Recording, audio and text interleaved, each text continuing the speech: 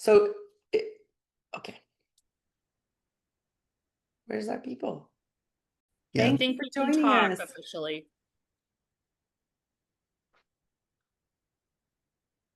Did somebody say something important?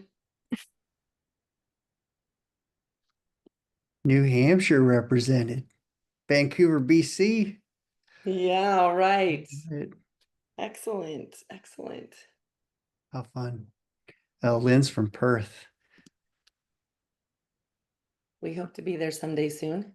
I know. Yeah. Okay. Kansas. Hey, you got Kansas City. Melanie's right there in your same town, Trina. I'm sure. Ohio, Tampa. Oh, someone You from know Iowa Jen. did her first story jam session. Okay, yeah, you know Jen, no doubt. You got Alex also from Kansas. Fabulous. Okay. Do we have everyone in? Feels like it's taking a while. What a town to be from. I want to be from Kalamazoo. Fabulous. Filled with behavior analysts. I think you'd Camarillo. like it there. All right, Okay. people, you can get going. People will just join. I don't have to let them in. Okay. All right, we're going to get started. Welcome, everybody. There's a lot of people on. I'm sorry that we can't let you join with your video cameras just because of the size of the group. So I'm hoping, though, that you can ask us questions or answer questions, at least in the chat, if you can't turn on your microphone. But let's do a couple little introductions. This is Comprehending Comprehension, Conversations with Trina and Doug. And this is a live audience show, totally and completely unscripted. Thanks for being brave to spend a few minutes with us, or actually about 60 minutes, we'll chat. This is very unscripted, so we can have real conversations with real people. It's designed for everybody who is interested in comprehension, and that should be just about everybody, not just educators, not just speech language pathologists, but parents, anybody, everybody. Usually how this goes is Doug and I start asking some questions. It's not a webinar. We're not here to teach you anything, but we certainly have some big ideas that we hope that you walk away from. Doug. Yeah, well, it's totally unscripted, like you said. So we are affiliated with Language Dynamics Group. So just want to clarify that. That's our little baby. That's the company that Trina and I and Olivia started quite a long time ago. And also Megan and Christy, they're out here. So shout out to Megan and Christy. They're absolutely wonderful. They're helping us facilitate this, and they'll watch the chat for us. So through our research, we've developed some interventions and assessment tools, and they're disseminated through Language Dynamics Group. And they are, of course, relevant to comprehension. But our real point here is to get into the sticky topics that are related to comprehension. We don't think that comprehension gets enough attention in the literacy world. So that's what we do Comprehending Comprehensions for. Doug is a professor and the Vance Masteller Endowed Research Chair in Child Language Disorders and a professor in the Department of Communication Sciences and Disorders at Baylor University. And I Trina. think today was his first day. Yeah, today is my very first day. Yeah, my office is as empty as an office could ever be right now. Haven't moved in yet. Trina is a professor in the Department of Applied Behavioral Sciences, or Applied Behavior Science, sorry, and director of Juniper Gardens Children's Project in Kansas City and the University of Kansas. So this conversation will be audio and video recorded so that it can be made available to others. And we're so happy that you're here. We have an exciting topic. It's not nearly as provocative, it may be, as you might think, but well, I guess we'll see. We'll All see. right, so everyone knows what our question is this time around. Is oral reading fluency an adequate measure of reading comprehension? Doug, tell us why we're addressing this question. What's the motivation for it? Okay, well, so I mean, this goes back in time quite a ways, right? Where people are trying to figure out how to monitor reading comprehension and how to do it quickly as a general outcome measure. And Stan Dino, Doug Fuchs, several others were trying to really tackle this question. Like, how can we measure reading comprehension in our students? And we need to do it efficiently and quickly. It needs to be a general outcome measure also. It's like taking the temperature. And they tried several different approaches in the 80s. And really, the approaches they tried didn't work that well. They didn't meet the expectations or the parameters that are set out for a general outcome measure. Hold on And just 1 second. What yeah, are those parameters for a general outcome measure? yeah. Well, so Dino put together a nice list for us. He wrote some great stuff about this, and of course, the assessment has to be valid. That's really important because that means that you are making the correct or the inference or the interpretation from the results the way that you're supposed to. And that's a really important thing about a test, right? That it actually does what it's supposed to do. So obviously that, and then it also has to be reliable. Those things are just well established. It has to be. But also the key thing with these general outcome measures is they're usually administered to like thousands of kids, right? And so there's an efficiency thing going on. It's got to be quick and efficient. And often people who are administering general outcome measures, a lot of them are not trained specifically on evaluation or assessment. So it has to be something that people can do pretty easily, both the administration and the scoring. And then also it has to be sensitive to changes over time and to growth due to just maturation as well as growth due to intervention. Okay, so there's some parameters there. And so for comprehension, eventually they landed on this idea of oral reading fluency. And oral reading fluency has some pretty amazing properties. It meets the requirements of a general outcome measure in so many ways, right? You can do it in 1 minute, very efficient. People can score it very quickly and easily. Um, and it can be very reliable as well. You're really talking about the correct number of words read in 1 minute, typically. It doesn't have to be, but that's the typical approach. Um, and then, and they also really loved the idea that it correlated so well with reading comprehension with the young students. And, when you've got that kind of correlation that is pretty dang strong, like no one can deny that, then you also are thinking, well, I am tapping into this measure, this construct. I'm trying to get this idea of comprehension and fluency. It correlates so well. So, okay, so I'm sorry, that was a long preamble, I but know, I should give you more explicit hey, instructions. well, What's the most I mean, all of this, recent reason why we're talking yeah, about well, this? all of this builds up to this thing where oral reading fluency has for many years now been sort of the go-to measure as a general outcome measure for reading comprehension. And I think that this has become a problem because people think that oral reading fluency is measuring comprehension and that it gives you information on how well a student understands what they're reading. And so I guess the question we're asking is it adequate? Does it really sufficiently measure comprehension? That's what Okay, we want to know. all right, that's true. We want to unpack that a bit. But I also think one of our reasons for doing this is because there's some confusion in the field, and I think there has been for some time. So before we get into it and answer that question, let's put up some big warnings because I don't want people to misunderstand us. Okay, I don't know what's happening here. We have a cool, right? There we go. We are not criticizing oral reading fluency. Let's be clear, okay? I have a long history with curriculum-based measures for reading, and I loved oral reading fluency. I taught it to hundreds of teachers. We do not recommend discarding oral reading fluency. It's a wonderful measure of accuracy and fluency, and it is correlated with comprehension, but it's not quite as easy as saying it's a great and adequate measure just because it's correlated. And what we really want is for people to have an open mind and be open to the possibility that there might be something better for comprehension now. So back in 2003, that's when Stan Dino wrote that article, but there have been lots of innovations and science.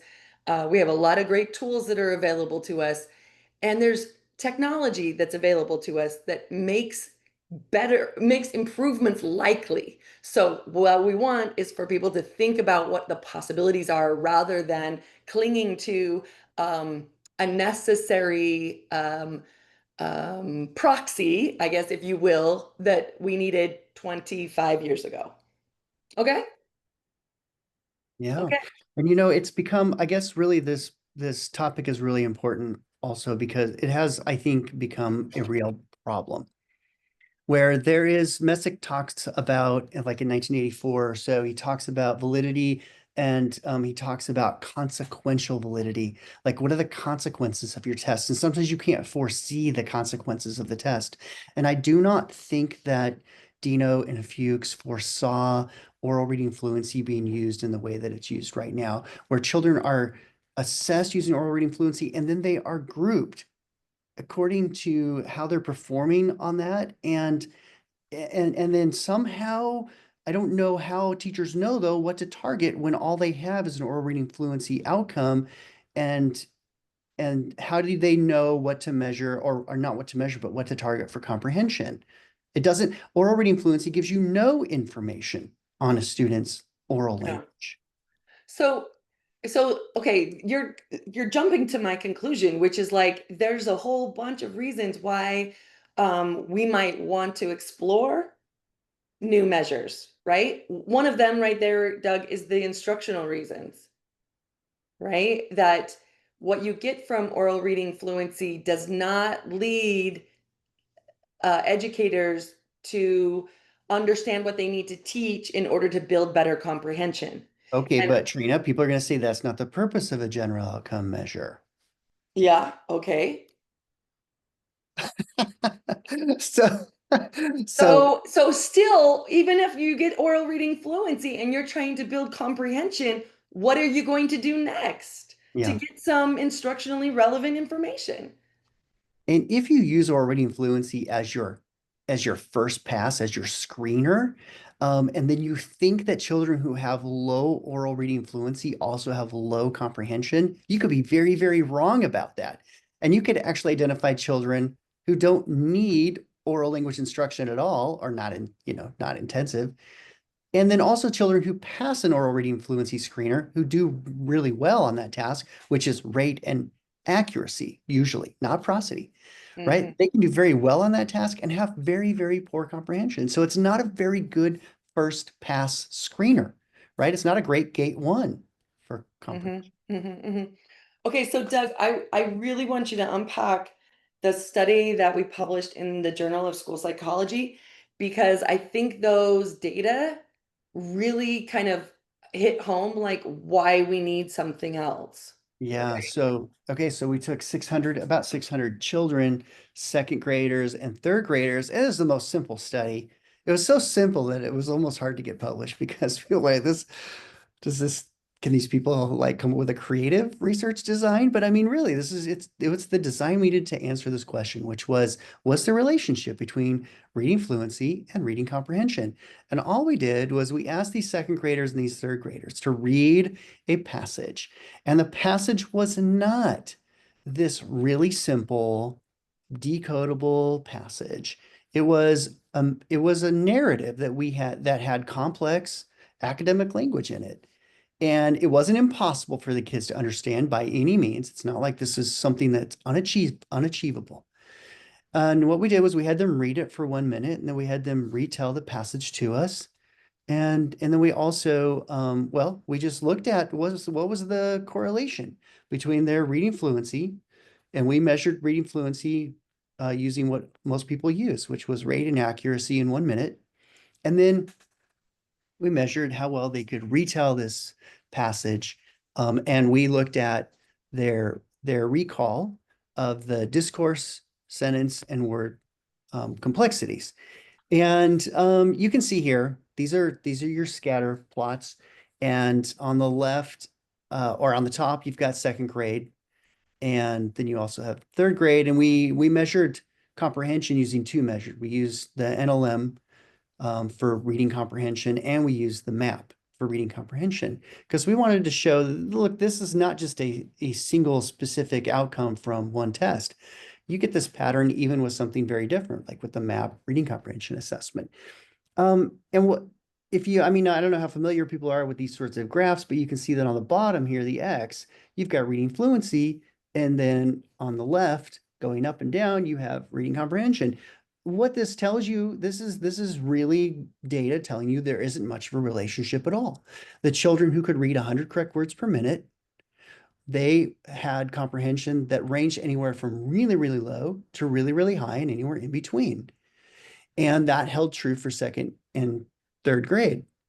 So what this tells you is that if you ask children to read a passage that has complex academic language in it, the rate at which they read that passage and the accuracy that they decode that passage really has very little to do with their comprehension, as long as, and there's a caveat, as long as they could read about 30 correct words per minute.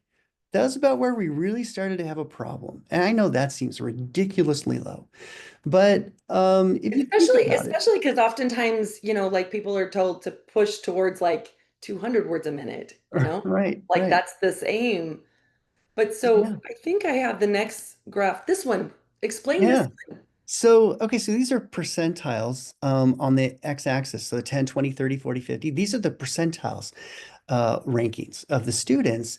And then on the y-axis, that's reading comprehension scores.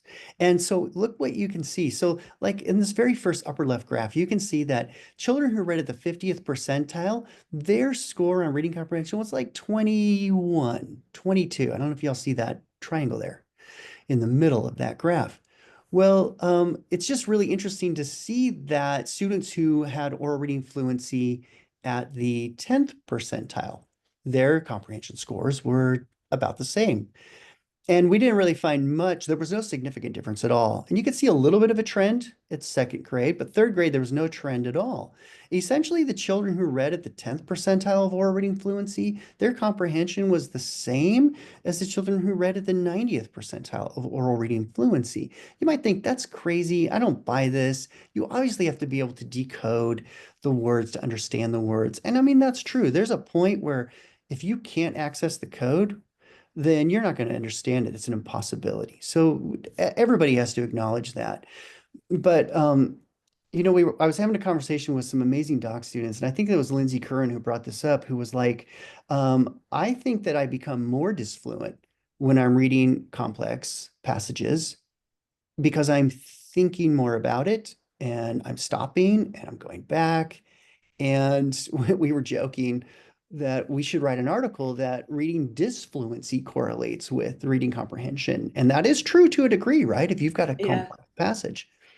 So anyways, I digress. That's what the data here show you, that the relationship between reading fluency and understanding complex academic language just falls apart. And we already knew that, right, Trina? I could throw a We physics did, textbook but in front of like, you. but what's going on with the other data, the research that is, being shared with teachers to suggest that oral reading fluency is one of the best indicators of reading comprehension? Like, what Yeah. is it? What's different about those studies than your study that made these effects so different? The results are so different. Yeah, well, there's really two major differences. One is that often the passages that the children are reading, it's not replete with complex academic language. So often, like if you ask a first grader to read a passage, or even a second grader, usually it is not super complex language. And so if they can decode it with some kind of accuracy and with some rate that's adequate to access it, then the language itself is simple enough to where they're going to understand it. Even children who have a developmental language disorder will likely understand the passage because it's pretty simple language. So that's one factor. And then of course the other factor is that we were measuring students' ability to understand and produce this complex language through a retail task. And that's another thing to talk about. Maybe we can put on that on the side for the moment, but there's the thing is that reading fluency correlates with reading comprehension with young children.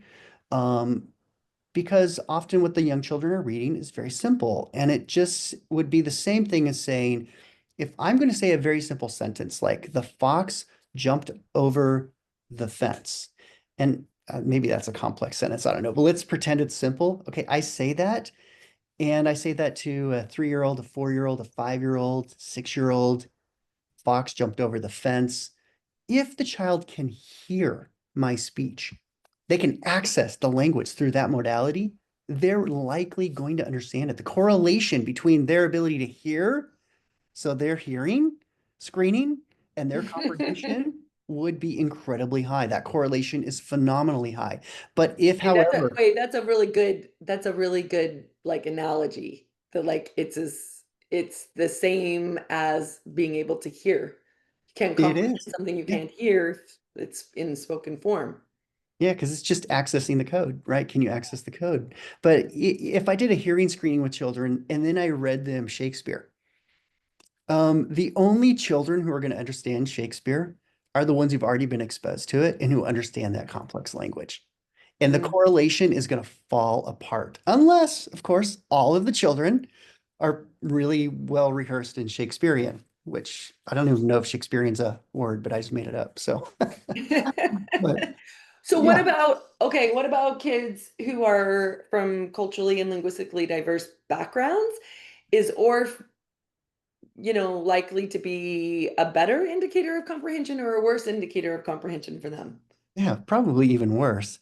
They found like Nakamoto, what was that, 2007, Nakamoto et al. They follow these children longitudinally and they tested these Latino multilingual children in their word recognition and in their language comprehension. And they found that those children learned how to read words. They picked up phonics and all of that decoding and word recognition pretty much at the same rate as all the other children. With this systematic Mhm. explicit phonics instruction, they can learn that code.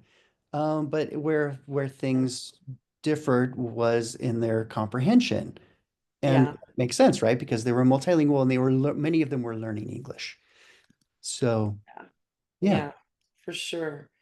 Um, okay, so I'm not contributing too much other than just like forcing you to answer questions. That's really because this is Doug's area of greatest expertise, even though I was the one that was very go-getter in schools about oral reading fluency, and I still am.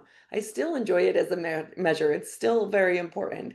But one of the things that I feel like teachers or educators are getting stuck in is that their ORF scores are great, and then they turn around and take high stakes tests, and their kids are not performing well on these reading comprehension tests, or like the NAEP, or maybe the MAP, or something like that.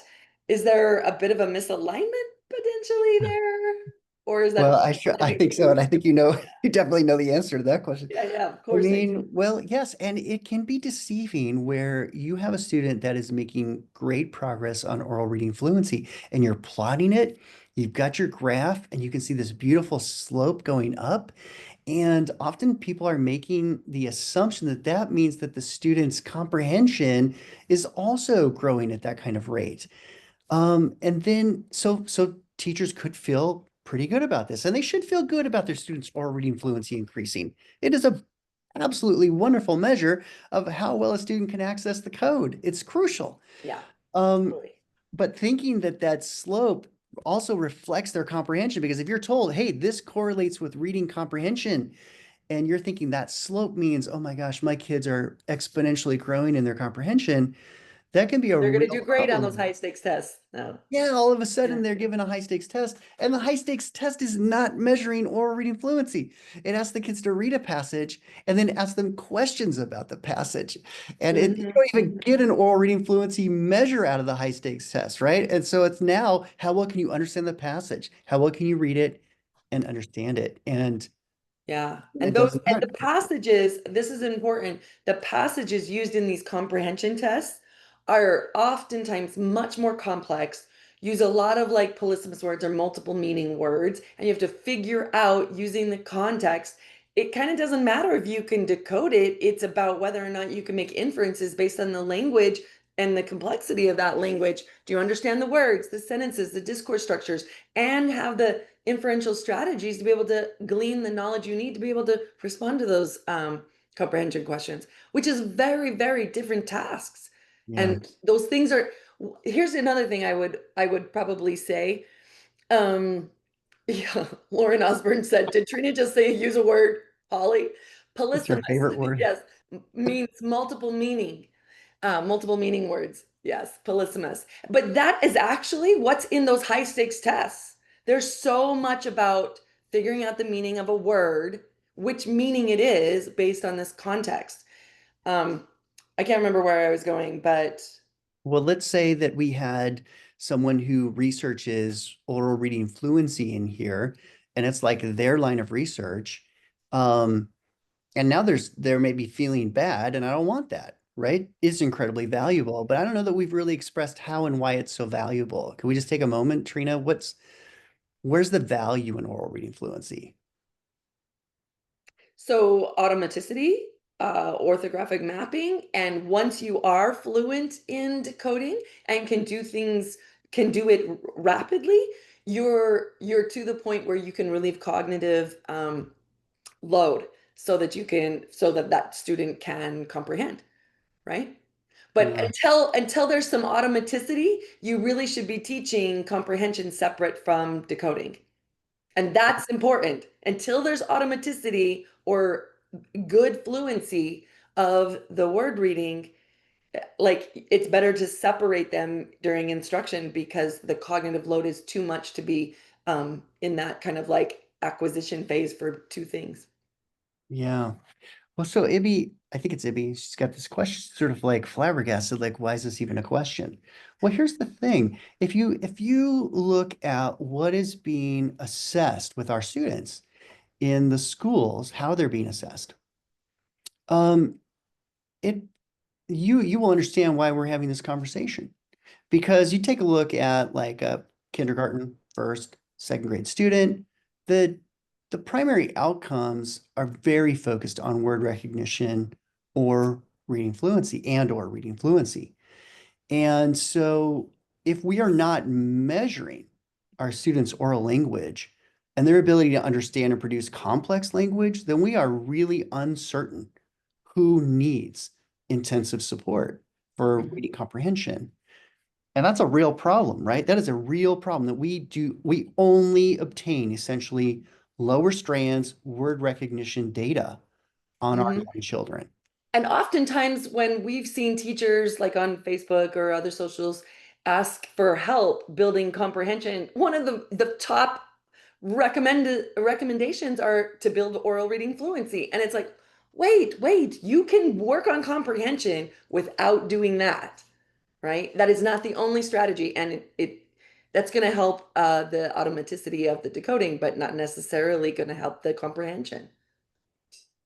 Yeah. So I think Leslie's got the question, right? Is there a good way to assess students for comprehension outside of ORF?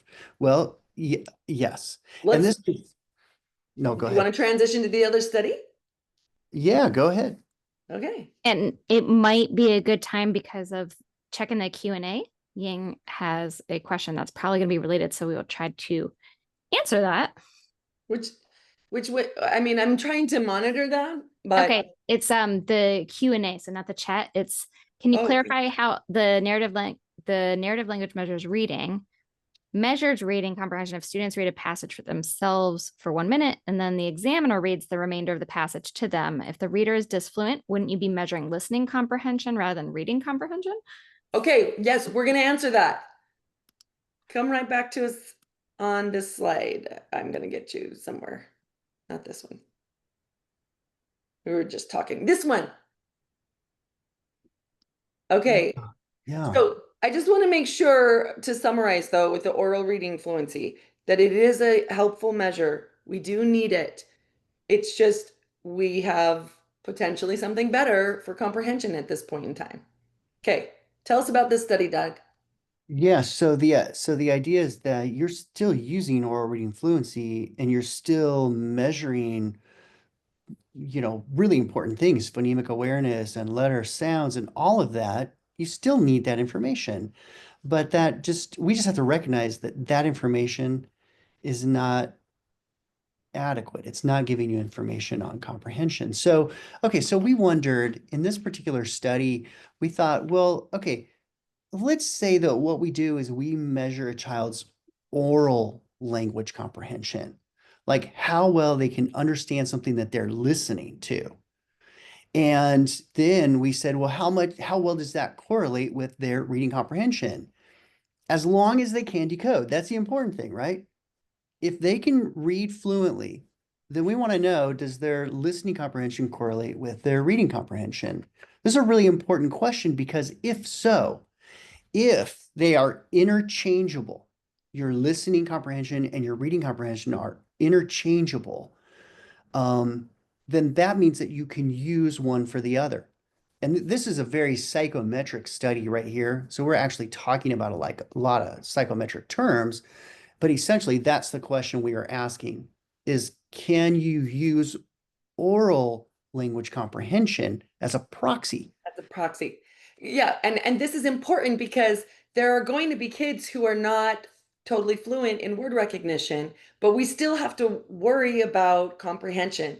We can't only focus on decoding, right? Because we like somebody mentioned in the chat that skilled reading requires word recognition and language comprehension. But if we're only focusing on the word recognition, we're never going to get to the whole thing.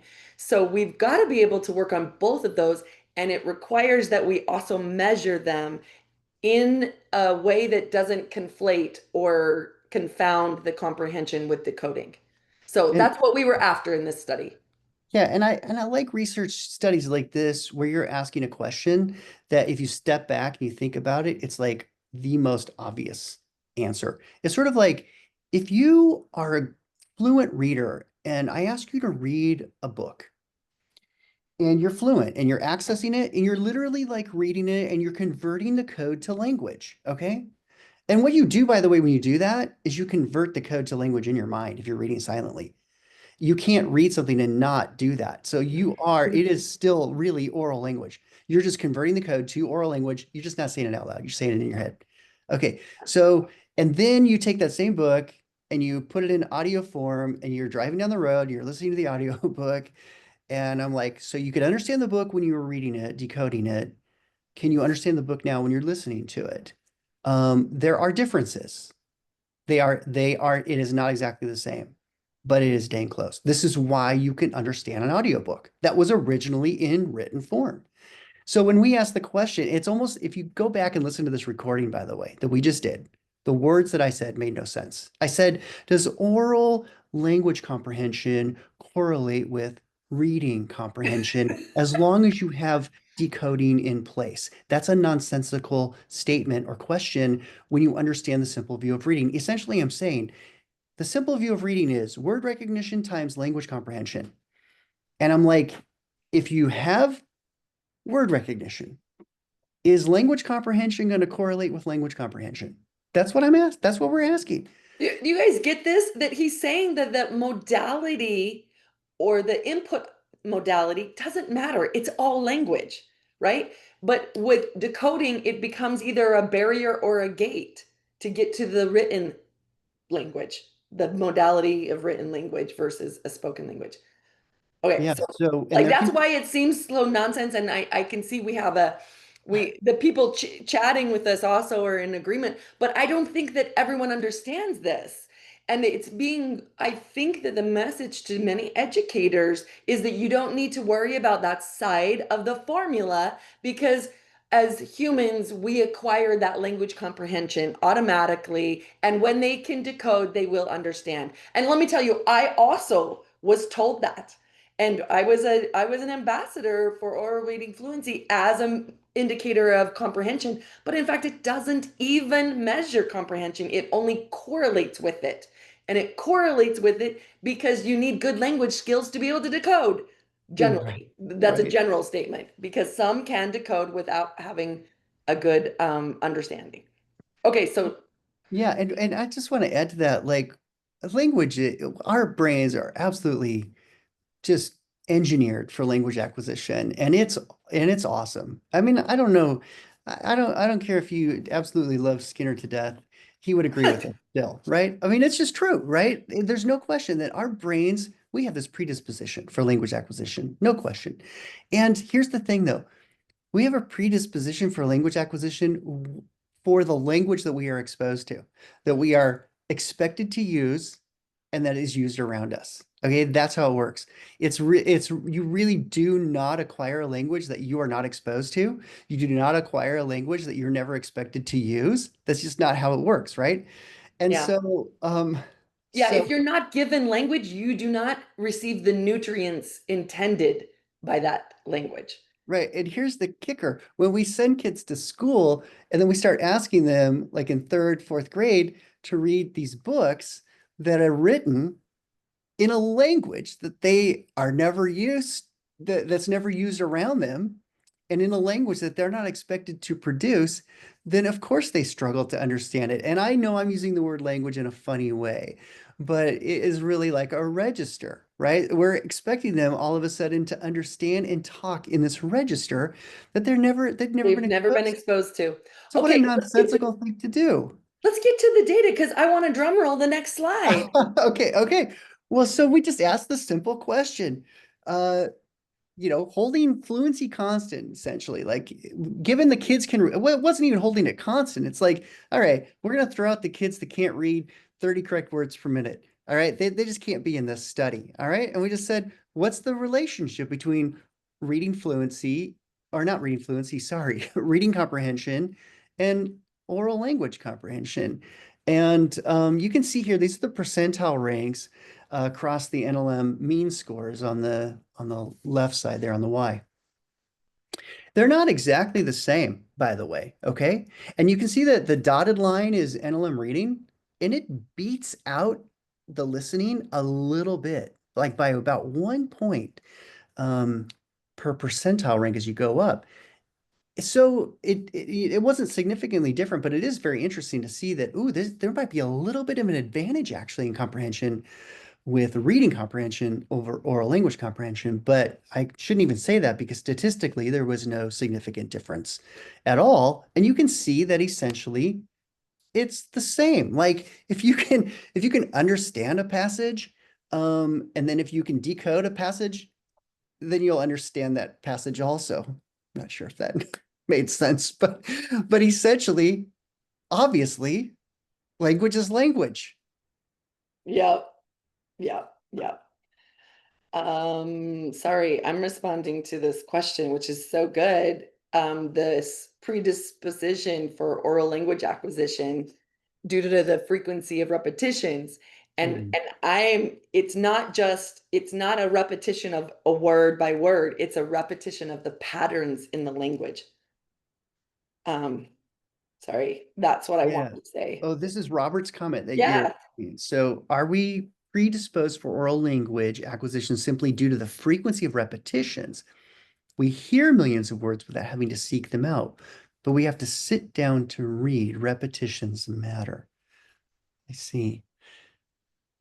Well, yeah, okay. And what were you saying, Trina? Sorry. What was So your I'm response just, to that? he's talking about repetitions, but it's not about like a repetition of a particular word or sentence because you're hearing this, it's kind of like recombinatory, like the sentences we hear, and you're not hearing the same sentence over and over and over again. It's not straight up repetition of that input. It's the patterns in the language. And that's what we are naturally attuned to learning, right? Yeah, That and the I can, human brain has two superpowers. One is pattern recognition, and the other one is inferential thinking. That's how we learn. And language has those patterns. And when we decode, what are we doing? We're teaching the patterns of the written form of that language, which is symbolic. And that's the reason why we have to teach it explicitly, is because it's representative, it's symbolic, it's not the natural pattern. mhm. And to Robert's point, I think that Robert's follow-up point where he says, I agree, but the repetitions include syntax. I would say, Robert, you should write that again because that's right. But I would say, I agree, but the repetitions include vocabulary.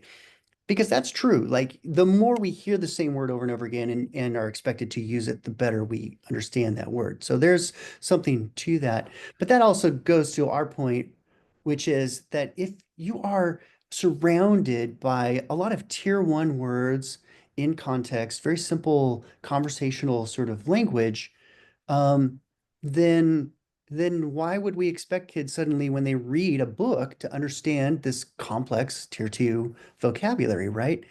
So if, and that comes to the, I think, what Trina and I think anyways, is like a major solution, which is surrounding kids. I put some recommendations on a slide because I have a feeling that's what people are going to ask about. Okay. And I want to Okay. make sure that we get there. You got to want to leave people hanging, you know? Okay. Take it away. Take it away. What do you got? Well, this is just kind of a summary. I thought you were going there. I was just supporting you. Oh no, I love it. I've talked too much. You go. I love it. All right. Well, so here's what can complement oral reading fluency.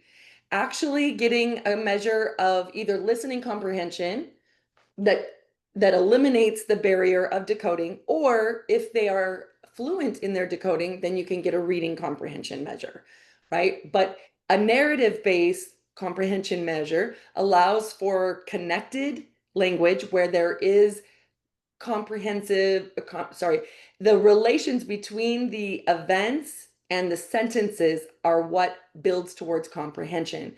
So in our assessment, we use complete stories because it's very difficult to just comprehend a couple, two or three sentences.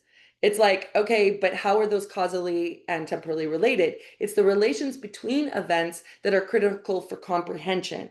Okay. So in a narrative task, like hearing a complete story from beginning and end, that allows for the natural elements of vocabulary, syntax, discourse elements, and inferencing to be able to work together, which are all necessary for comprehension.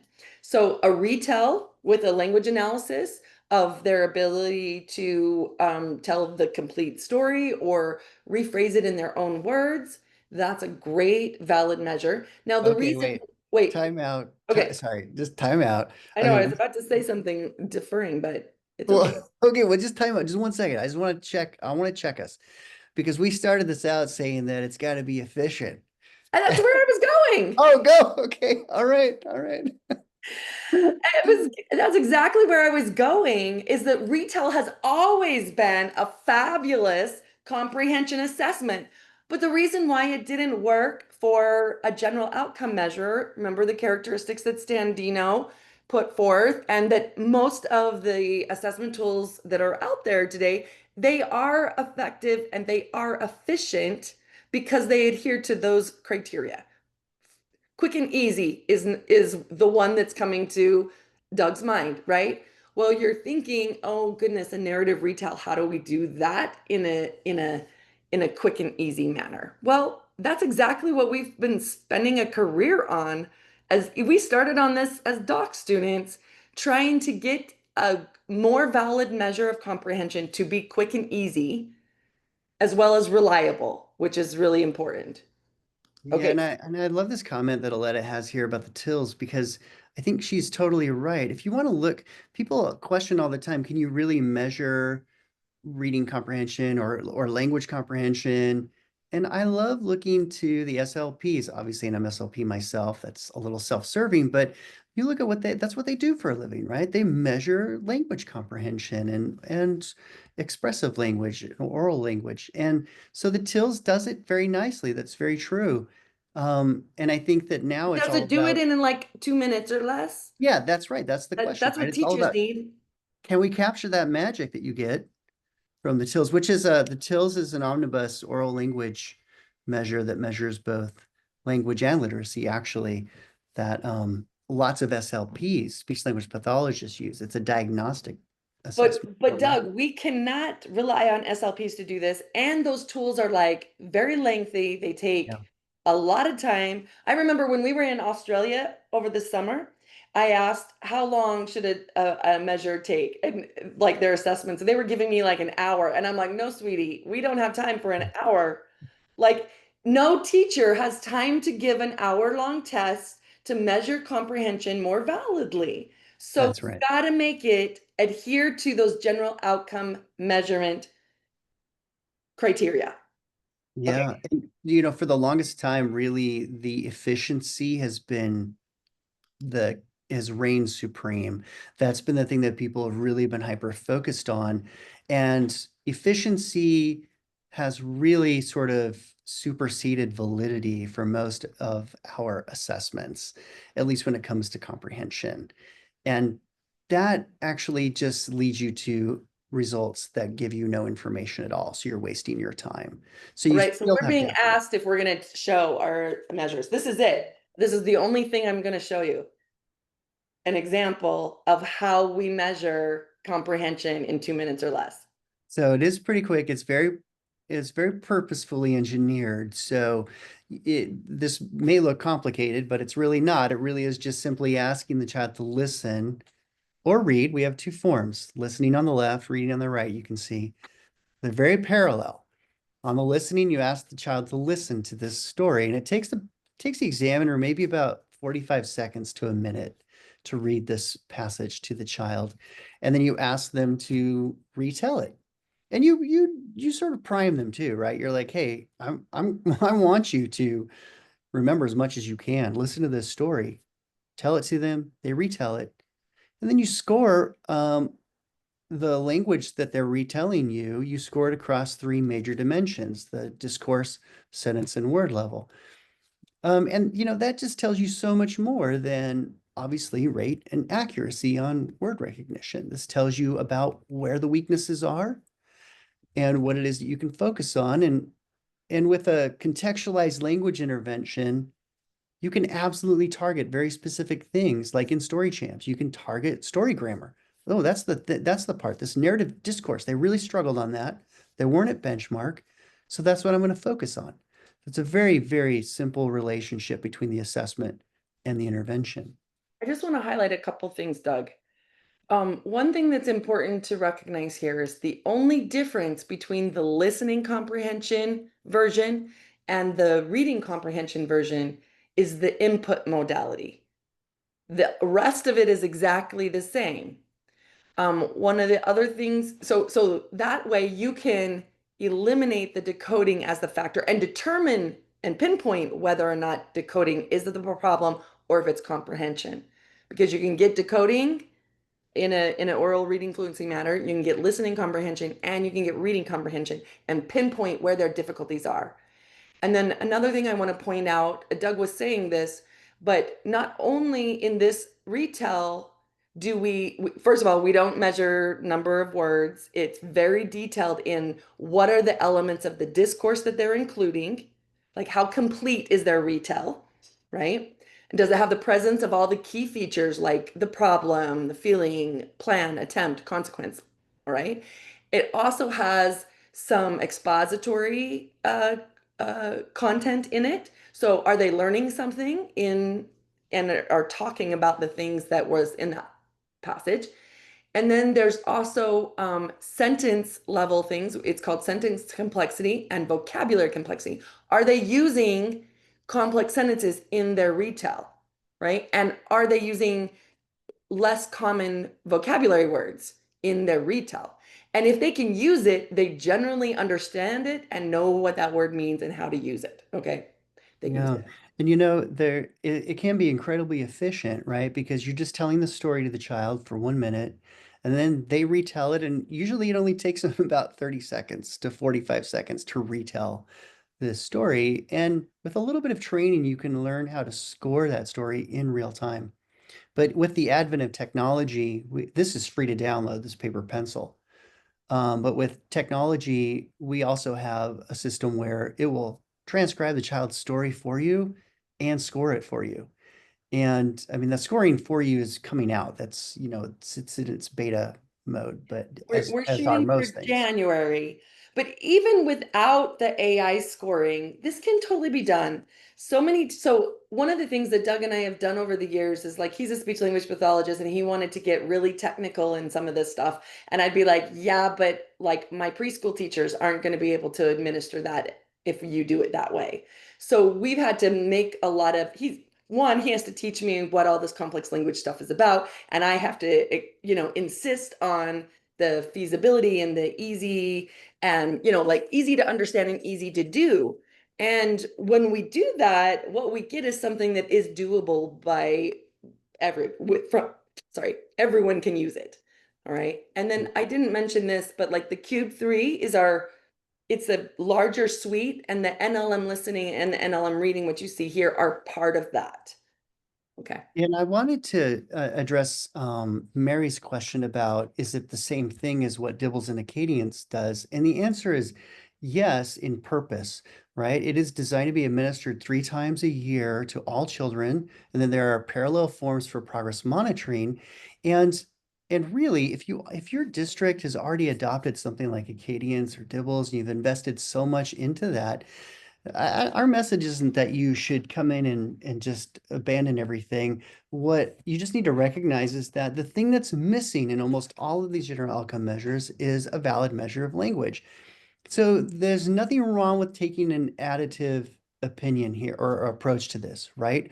Where you are taking the NLM, just this 2 minutes language sample approach, and getting oral language information about your students, including the kindergartners and first graders, so that you can identify those really early on who are struggling to understand complex academic language for whatever reason, struggling. And then you can do something about that. Hey, Doug, in the last few minutes, let's try to take some other questions. MT has her hand raised, but I don't know if she can unmute. Can you? The ages are pre-K through 8th grade. Aletta. Can you hear me, guys? Yes, Hi, yes, yes, great. MT. Hi, it's so good to hear all of this. So and I think you just kind of touched on this, Doug, but along with Dibbles, like, I think what I'm asking is, and I'm curious, like crowdsourcing here, has anybody in their district done that? Because I know my district is very, very invested in using Dibbles, and we've been trying to find something that could be an additive. And obviously I'm a huge fan of the NLM, but I have yet to hear of it being done in the wild. And I just was curious if anybody in the crew had experienced that. Well, yes, I do know that does happen. Yeah. And it happens pretty seamlessly. It's sort of like the Acadians or Dibbles or whatever it is being administered, and then they just turn around and do, a single NLM listening to check to see where their kids' comprehension is at, or they'll do an NLM reading with it. I mean, yeah, we should be clear about this. The Cubed is absolutely being used across the world, and it's being used by thousands of teachers and administered to thousands of children every year. And it is definitely being added to other people's word recognition focused assessments. So yeah, no question. Yeah.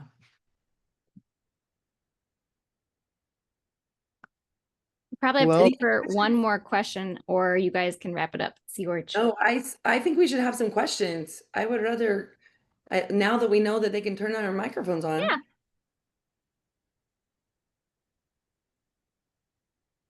There's some nuance to what we're talking about, and that's pretty important to bring up. So, and if someone is like, I completely disagree with these people, this is contrary to everything I've been taught, we'd like to hear that too. So we can maybe we need to be more clear and be more nuanced. It'd be nice to hear that. So please speak up if you have concerns as well. So one concern that I see is about like asking teachers to do more, and I totally get that, right? I think that we should always be considering de-implementing something, but there are a bunch of measures for comprehension that you probably could do without, or like that claim to be comprehension measures.